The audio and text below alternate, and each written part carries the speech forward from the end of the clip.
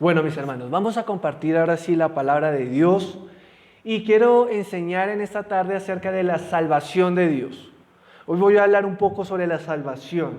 Por eso las canciones que se entonaron en esta tarde, si se dieron cuenta, estaban enfocadas en la salvación. Quiero hablar acerca de la salvación de Dios para nuestras vidas. Cuando leemos la palabra de Dios en Génesis capítulo 1, si lo hemos leído en alguna oportunidad, allí la Biblia dice que en el principio creó Dios los cielos y la tierra. Y dice que todo estaba desordenado y vacío. La primera obra creadora de Dios al comienzo, cuando la tierra estaba desordenada y vacía, fue la luz. Esa fue la primera obra creadora de Dios. De igual manera, la salvación es la obra creativa de Dios para rescatar nuestra vida, que probablemente también está desordenada y vacía. De eso se trata la salvación.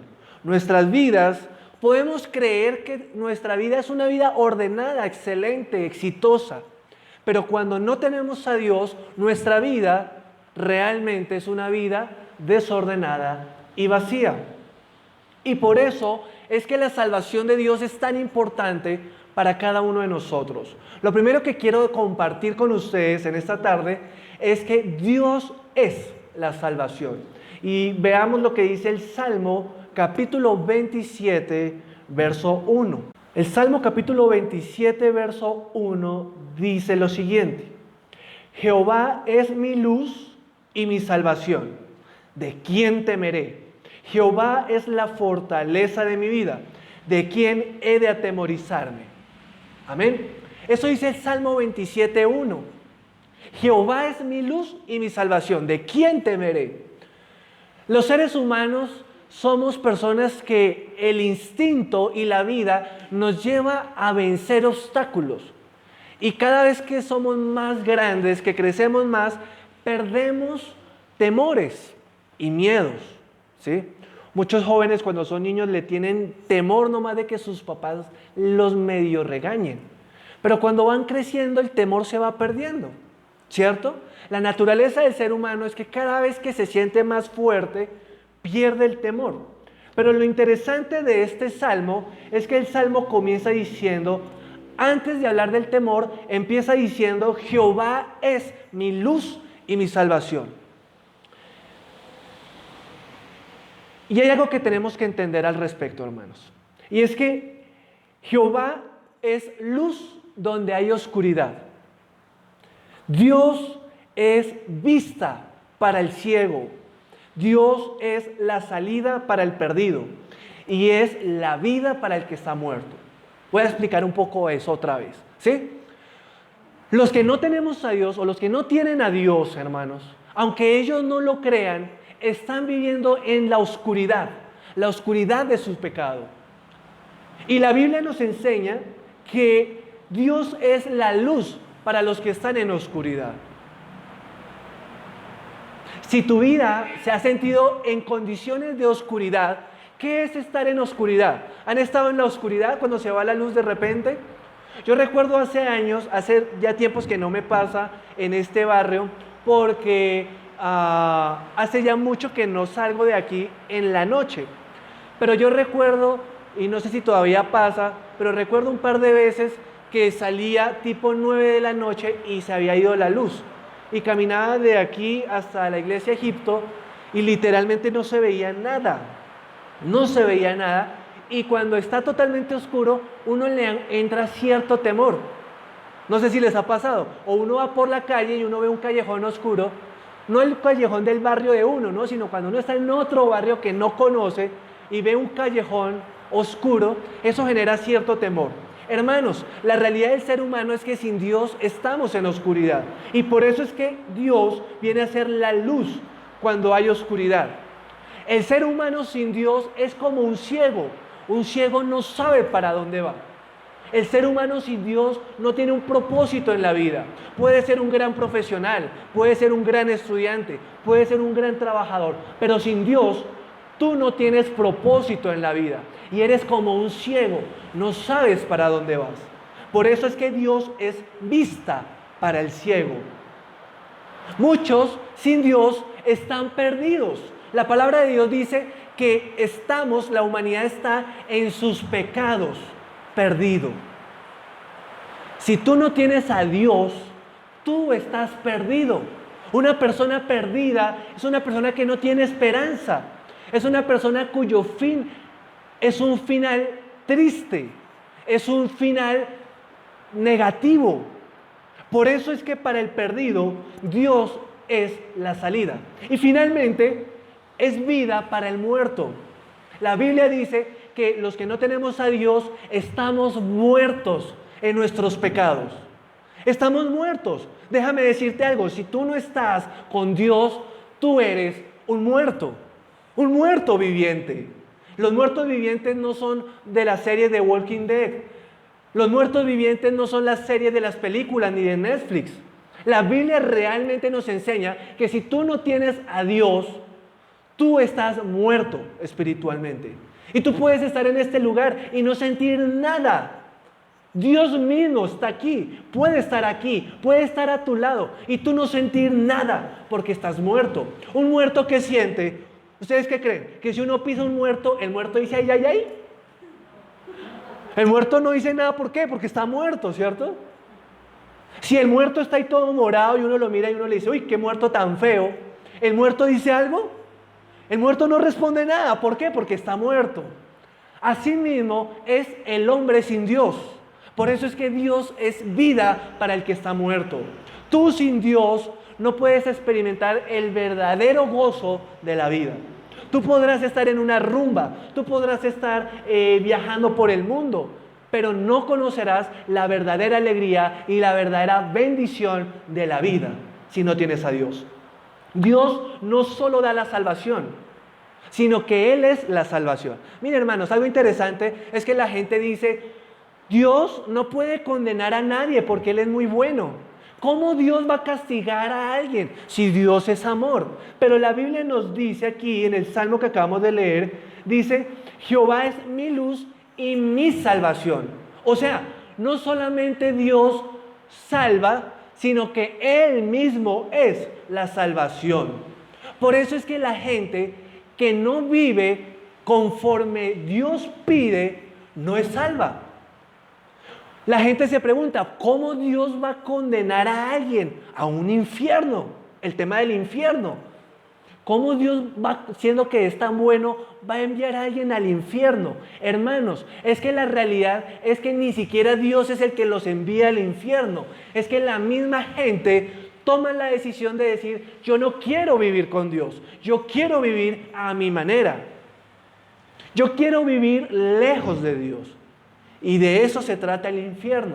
El infierno, más que imaginarnos un lugar donde hay fuego, aunque sí dice la Biblia que es un lago de fuego donde arde eternamente, está el fuego eterno, pero la esencia del infierno es que allí no está Dios. Entonces, cuando la persona dice, yo quiero vivir sin Dios, lo que él está diciendo es, yo sé que Dios quiere salvarme, pero yo rechazo lo que Dios quiere hacer conmigo. Eso es lo que hacen las familias cuando rechazan a Dios.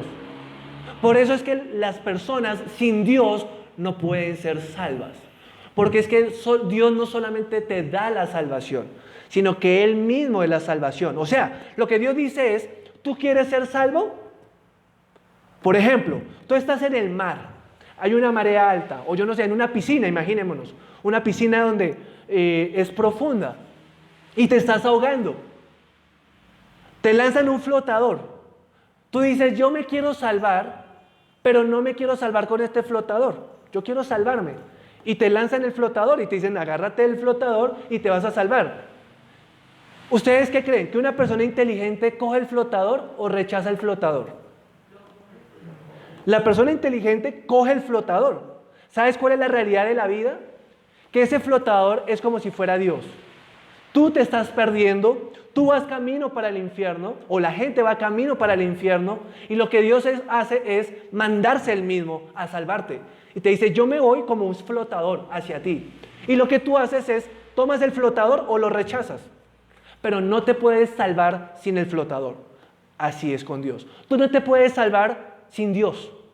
O coges a Dios o no te salvas. Esa es la cuestión. Por eso es que aquí la Biblia dice, Jehová es mi luz y mi salvación. No puede haber salvación si se rechaza a Dios. En el Evangelio según San Juan, capítulo 1, versículo 9 al 12, nos enseña que Jesús es la luz de los hombres, pero este fue rechazado. Esto lo leímos al comienzo del servicio hoy y dice lo siguiente, en el verso 9, dice, aquella luz verdadera, está hablando de Jesús, aquella luz verdadera que alumbra a todo hombre venía a este mundo. En el mundo estaba y el mundo por él fue hecho, pero el mundo no lo conoció. La Biblia lo que está diciendo es que Jesús fue y es la luz que venía a este mundo de oscuridad para alumbrarnos. Pero la Biblia dice que no recibimos a la luz. El mundo no conoció la luz. Y dice en el verso 11, a lo suyo vino y los suyos no le recibieron. ¿Qué es lo que está diciendo Dios, la palabra de Dios? Lo que la palabra de Dios está diciendo es que Jesús es Dios y Él vino a salvarte. Él vino a salvar a la humanidad a través de su obra en la cruz. Pero la gente dijo, yo no quiero la salvación, yo rechazo a Jesús. Dice, los suyos no lo recibieron. Entonces, por eso es que se condena a la gente. No porque Dios sea un Dios cruel que quiere condenar a la gente, sino porque la gente tiene la oportunidad de salvarse y rechaza a Dios. Por eso es que la Biblia dice que aunque lo rechazaron, en el verso 12 dice, pero más a todos los que me reciben y los que creen en Jesús son hijos de Dios. Tú eres hijo de Dios cuando crees verdaderamente que Jesús es el Salvador de tu vida. Si confío en la obra salvadora de Dios, el temor de la condenación dejará de existir. Mira, hermanos, estamos en el Salmo 27.1, espero que todos tengan abiertos allí el Salmo, y dice la palabra de Dios ahí, Jehová es mi luz y mi salvación. ¿De quién? ¿Qué dice en su Biblia? ¿De quién temeré? ¿Cierto? Jehová es mi luz y mi salvación. ¿De quién temeré? Cuando tú estás con Dios, el temor se tiene que ir. Muchas personas viven con temor. Por ejemplo, hay personas en la iglesia que se preocupan, ¿y si me condeno? ¿Y si me voy al infierno? ¿Qué pasa? Miren, en la iglesia tradicional fue la que nos quiso en el tiempo de la Edad Media, quiso atormentar a la gente con la imagen del infierno, ¿sí? Traumar a la gente. Pero la realidad bíblica es que Dios no está interesado en asustar a la gente. Lo que Dios le interesa es salvar a la gente. Por eso es que este mensaje es tan importante, porque es que Dios quiere salvar a la gente. Dios quiere hacer su obra salvadora hacia la humanidad. Y si tú aceptas la obra salvadora de Jesús, dice la palabra de Dios que ¿de qué temerás? Ya no hay temor, hermanos. Si tú aceptas a Jesús, ya no hay temor de infierno, no hay temor de condenación. Eso es lo maravilloso de las buenas nuevas que nos vino a contar el Señor Jesús. Si confío en la obra salvadora de Dios, el temor de la condenación dejará de existir. Voy a colocar un ejemplo. ¿Han visto los niños cuando son pequeños cómo le tienen miedo a la oscuridad? ¿Sí? Algunos grandes de pronto todavía le tienen miedo, ¿cierto? Pero me enfoco en los pequeños. Hay niños de 4 o 5 años que le apagan la luz y sienten que el fantasma le va a salir debajo de la cama o necesitan ir al baño. Yo no sé cuántos han vivido en casa grande, ¿cierto? Sobre todo las casas antiguas. El pasillo era grande y si no había luz o era oscuro hacia el fondo donde estaba el baño, qué miedo cruzar el pasillo cuando era pequeño. Muchas veces los cristianos son como los niños pequeños. Tienen miedo, se asustan por todo, creen que Dios los va a castigar, que Dios los va a condenar. Pero le encienden la luz y deja de tener miedo, ¿cierto? Cuando tú conoces a Jesús, dejas de tener miedo. Pero lo chistoso, hermanos, es que hay cristianos que vuelven y le apagan la luz y vuelven a imaginar que va a haber un fantasma que les va a coger los pies cuando suban las escaleras. ¿Sí? ¿Por qué? Porque hay un temor en el corazón porque no conocemos verdaderamente a Dios. Algunos son como niños que temen a la oscuridad, pero yo quiero darte otro ejemplo que contrasta a un niño que le tiene miedo a la oscuridad, y es la oveja que está en los brazos del pastor. Miren lo que dice Isaías 40:11. Yo quiero que lo escuches, o los que están tomando nota pueden apuntarlo. Miren lo que dice Isaías 40:11. Como pastor, está hablando de Dios, como pastor apacentará su rebaño. En su brazo llevará los corderos y en su seno los llevará. Pastoreará suavemente a las recién paridas. ¿Qué quiere decir eso, hermanos? Lo que quiere decir esto es que el día que tú entiendas y aceptes la salvación de Dios para ti y entiendas que Dios no te tiene abandonado como el niño que tiene que cruzar el pasillo solo en la oscuridad, sino que eres como una oveja en los brazos del pastor. Yo no sé si alguna vez han visto ese cuadro que me parece muy lindo, donde pintan a Jesús. Yo no sé si Jesús fue así, no creo que Jesús haya sido así, pero me gusta que muestran a Jesús como con una ovejita. ¿Sí han visto ese cuadro típico? Que tiene como una ovejita en sus brazos. Hermanos, ese cuadro a mí me gusta mucho porque cada uno de nosotros podemos ser como esa oveja, que estamos en los brazos de Dios. Y te voy a decir algo, si tú estás en los brazos de Dios, no hay de qué temer. No hay de qué temer. Porque es que no va a haber condenación para ti, porque es que tú estás en los brazos de Dios. Amén. La pregunta aquí es, ¿tú quieres ser como el niño que le tiene miedo a la oscuridad o quieres ser como la oveja que está segura en los brazos del pastor? ¿Ah? ¿Ustedes sí se han dado cuenta que los niños, los bebés recién nacidos lloran, pero cuando los cogen en los brazos se calman? ¿Por qué se calman ellos? Porque sienten la seguridad de su madre. Así es Dios. Dios te toma en sus brazos y te cuida. Y te cuida. Pero tú decides qué creer. O que Dios te abandona o que estás en los brazos de Dios. Lo segundo respecto a la salvación de Dios es que no solamente Dios es la salvación, sino que la salvación es de Dios. Y vamos, para sustentar esto, leer Salmos capítulo 37, verso 39. Abramos allí. Salmo capítulo 37, verso 39. Dice la palabra de Dios así: pero la salvación de los justos es de Jehová, y Él es su fortaleza en el tiempo de la angustia. Mira qué hermoso salmo es este. Lo voy a volver a leer. Pero la salvación de los justos es de Jehová, y Él es su fortaleza en el tiempo de la angustia. Yo quiero enseñar algo acá, y es que la salvación es de Dios para ti. La salvación no es tu propia obra salvándote a ti mismo. Muchas personas crecen así, crecen con un instinto de supervivencia, probablemente porque les tocó muy difícil desde pequeños. Probablemente sus papás no estuvieron pendientes de ellos. Hay muchas personas que sus papás los abandonaron, o sus papás nunca estuvieron pendientes de sus necesidades, aunque vivieron con sus papás desde pequeños. Pero sus papás nunca los cuidaron, nunca los atendieron. Entonces estos niños crecieron con un instinto de supervivencia, ¿sí? Porque es que o sobrevives, o eres fuerte, o te mueres. Crecieron con ese instinto. Conozco muchos amigos así, de esa manera. Son muy fuertes, un carácter fuerte. Pero es porque les tocó en su vida crecer de esa manera. Una manera de supervivencia. O sobrevivo siendo fuerte, o me muero. Pero lo interesante es que en Dios la situación es distinta.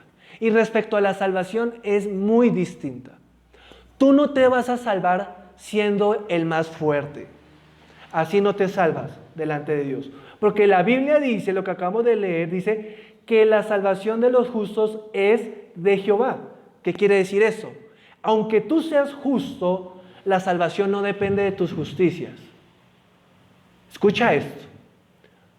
Aunque tú seas justo, la salvación no depende de tus obras de justicia. Hay personas que dicen, no, yo soy bueno y por eso voy para el cielo. Uno le pregunta a la gente, ¿usted se va a salvar cuando muera, después de que muera? Y hay mucha gente que dice, sí, yo me salvo, yo voy para el cielo. Y le pregunta a uno, ¿y por qué crees que vas para el cielo? Y la respuesta de la mayoría de personas, y no sé aquí cuántos, también tu respuesta sea esa. Si yo te pregunto, si te mueres, ¿qué pasa con tu vida? ¿Vas para el cielo o vas para el infierno? Tu respuesta quizás sea, voy para el cielo. Si te pregunto, ¿por qué vas para el cielo? Si tu respuesta es, porque eres una persona buena, déjame decirte que estás muy equivocado. ¿Tú vas para el cielo o para el infierno? ¿Te has hecho esa pregunta? Algunos dicen, no, esa pregunta no me importa, porque yo todavía tengo mucho tiempo para vivir. Tengo amigos que murieron a los 18 años de edad, tengo otros amigos que han muerto a los 30, conozco uno que murió a los 22. Entonces la muerte está muy cerca, demasiado cerca. Y la pregunta es, después de que mueras, ¿qué pasa con tu vida? Algunos dirán, no, después de la muerte no hay nada. Bueno, a esas personas que dicen, después de la muerte no hay nada, yo siempre le digo lo siguiente, si después de que te mueras no hay nada, bien, listo. Pero ¿qué pasa si después de la muerte sí hay algo? Claro, nunca lo sabremos hasta que muramos, ¿cierto? Cada uno no lo sabrá hasta que muera, realmente si hay algo después de la muerte o no. Yo creo por la fe en la palabra de Dios que sí hay después de la muerte un juicio, un cielo y un infierno. Pero muchos dirán, yo no lo sé y no lo sabré hasta que me muera. Si te mueres un día y te vas a morir, porque todos vamos a morir, así sea a los 15 años o a los 80, pero nos vamos a morir en algún momento. La pregunta es, si no hay nada, bueno, genial, maravilloso. Pero si llega a haber algo después de la muerte, ¿qué pasará con tu alma? Y por eso este tema hoy. ¿Qué pasará con tu alma? Y por eso para mí es importante hoy hablarte sobre la salvación de Dios para tu alma. Porque es que después de que mueras, dice la Biblia, y está establecido, dice Hebreos 9:27, y está establecido para los hombres que mueran una sola vez y después el juicio. Entonces, después de que tú mueras, habrá un juicio. O te salvas o te condenas. Y por eso este tema es muy importante que lo escuches y que lo medites. Yo no quiero que acá me respondas a mí, sino que un día tú tendrás que responder delante de Dios a esta enseñanza. La Biblia dice, nos enseña que aunque seamos justos, porque la Biblia dice, la salvación de los justos es ¿de quién? De Jehová. Miren, léanlo, comprendan lo que dice el texto. Por más justo que seas, la salvación no es por tu justicia, no es por tus buenas obras. La salvación es de Dios. O sea, Dios es el que decide si te salvas o no te salvas. Eso es lo que nos está enseñando. Algo que la religión tradicional nos enseñó muy distinto y nos lo enseñó mal. Y por eso hoy lo enseño así, como es. No como lo dice Samuel, es como lo dice la Biblia. La Biblia es muy clara. Es muy clara, la salvación es de Dios, no es de mis obras, no es de mis justicias. Ahora, confirmémoslo con otro texto. Efesios capítulo 2, verso 8 al 9. Abramos allí. Dice lo siguiente, mire lo que dice la Biblia. No es lo que Samuel dice. Dice, porque por gracia sois salvos por medio de la fe. Y esto no de vosotros, pues es don de Dios. Esto quiere decir, es un regalo de Dios. Y mire lo que la Biblia dice, no por obras. Mire, si se dan cuenta que la salvación no es por obras, no es porque tú hagas cosas buenas o cosas malas. Aquí la misma Biblia dice, la salvación no es por obras, para que nadie se gloríe. Wow, o sea que si no nos salvamos haciendo cosas buenas, la gran pregunta es, ¿cómo nos salvamos entonces? La salvación es por gracia. Y por eso no te debes basar o confiar en tus obras. Te voy a colocar un ejemplo. Imagínate la siguiente escena, por favor. Imagínate tú en esta escena. Es una película. Vamos a ponerla que es una película de Hollywood, ¿listo? Y te contactaron, te llamaron y te dijeron, mira, te voy a pagar $1.000.000 para que me hagas estos 5 minutos de escena. ¿Listo? ¿Cuántos aceptarían el contrato? Yo esos levanto los pies de una vez y como sea $1.000.000, pues qué rico, ¿no? Por 5 minutos de grabación. Pero la escena es la siguiente, te contratan, te dicen, uy, tú tienes el perfil, tienes una cara perfecta, tu mujer tienes una cara perfecta para la escena, o tu hombre tienes una cara perfecta para la escena. Listo, te contrató Hollywood. Pero pongamos la siguiente escena. Estás en un abismo, estás en el borde del abismo. Muchas películas que uno ve tienen esta escena, por eso es fácil de imaginarla. Estás en el borde de un abismo, está el barranco, es un abismo profundo, y tú estás ahí a punto de caer. Y estás ahí a punto de caer, te estás cogiendo con tus manos de la montaña, te estás aferrando ahí, pero estás a punto de caer al precipicio, y viene alguien y te extiende 2 cadenas para alcanzarte, para que te salves. Una cadena la llamo la cadena de Dios, la cadena de la obra de Dios. ¿Y esta cadena cuál es? Es una cadena en la que está cada eslabón. Ustedes saben que las cadenas están conformadas por eslabones, ¿cierto? Cada eslabón de esa cadena representa una obra de Jesús. Todas las obras que Jesús hizo. Sabemos que Jesús hizo todo perfectamente bien. Él nunca pecó. La obra de Dios es perfecta. Entonces esa cadena es perfecta. Es en un acero irrompible. Son metros de cadena porque no hay otra forma de que te alcancen porque tú estás ahí en el borde del precipicio. Entonces esa es una de las cadenas que te alcanzan. La cadena de la obra de Cristo. Te alcanzan para rescatarte. Toda es una cadena perfecta. Cada eslabón perfecto. Un acero fantástico y está ahí extendida. Pero al tiempo te extienden otra cadena para que te agarres también. Esa cadena se llama la cadena de las buenas obras. ¿Listo? La cadena de tus buenas obras. ¿Listo? Esa otra cadena también tiene eslabones. Pero cada eslabón es una obra que tú has hecho. Tanto buena como no tan buena. Entonces, de pronto tú tienes un eslabón poderoso porque tú le diste un pan a una persona que estaba pasando por la calle necesitada y tú le diste un pan. Entonces, este es un eslabón sólido. Y también de pronto ayudaste a tu mamá y le respondiste de una manera correcta. Entonces, otro buen eslabón. Y de pronto tú eres muy responsable y no robaste nada en tu trabajo. Entonces, otro buen eslabón. Pero resulta que en tus obras se te descachó una mentira y mentiste.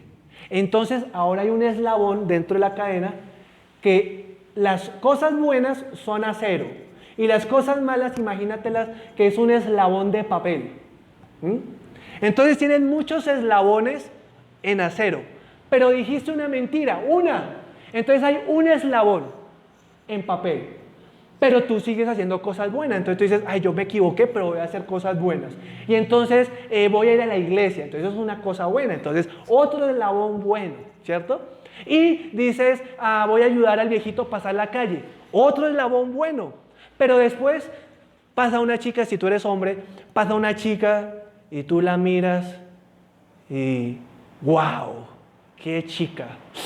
Uy, la Biblia dice que si miraste con deseo a una mujer, en tu corazón ya adulteraste. Entonces, ya tuviste un mal pensamiento. Entonces, otro eslabón de papel. Pero tú dices, no, pero voy a hacer cosas buenas. Y entonces dices, no voy a fumar. Yo soy de los que nunca fumo. Entonces, otro buen eslabón.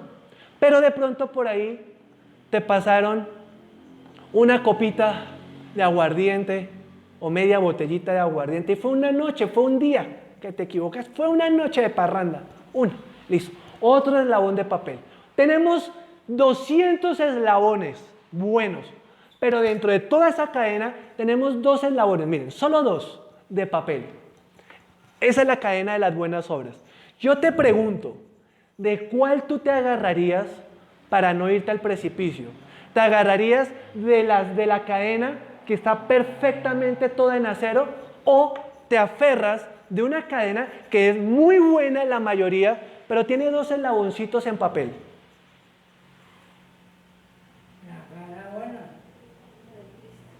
La lógica, ¿cierto? Uno dice, pues obvio, de la buena. Porque es que tú sabes que puede ser que toda la cadena de las buenas obras sea casi perfecta, pero si tiene un eslabón nomás de papel, te vas para el precipicio, ¿sí o no? Se rompe por ahí, por ese eslabón se va a romper la cadena y te vas para el precipicio. Por eso es que la salvación no es por obras, porque es que tú no te puedes confiar ni apoyar en tus buenas acciones. La salvación se trata o de confío en mis buenas acciones o confío en Jesús. Tienes una sola opción para escoger. ¿Cuál escoges tú?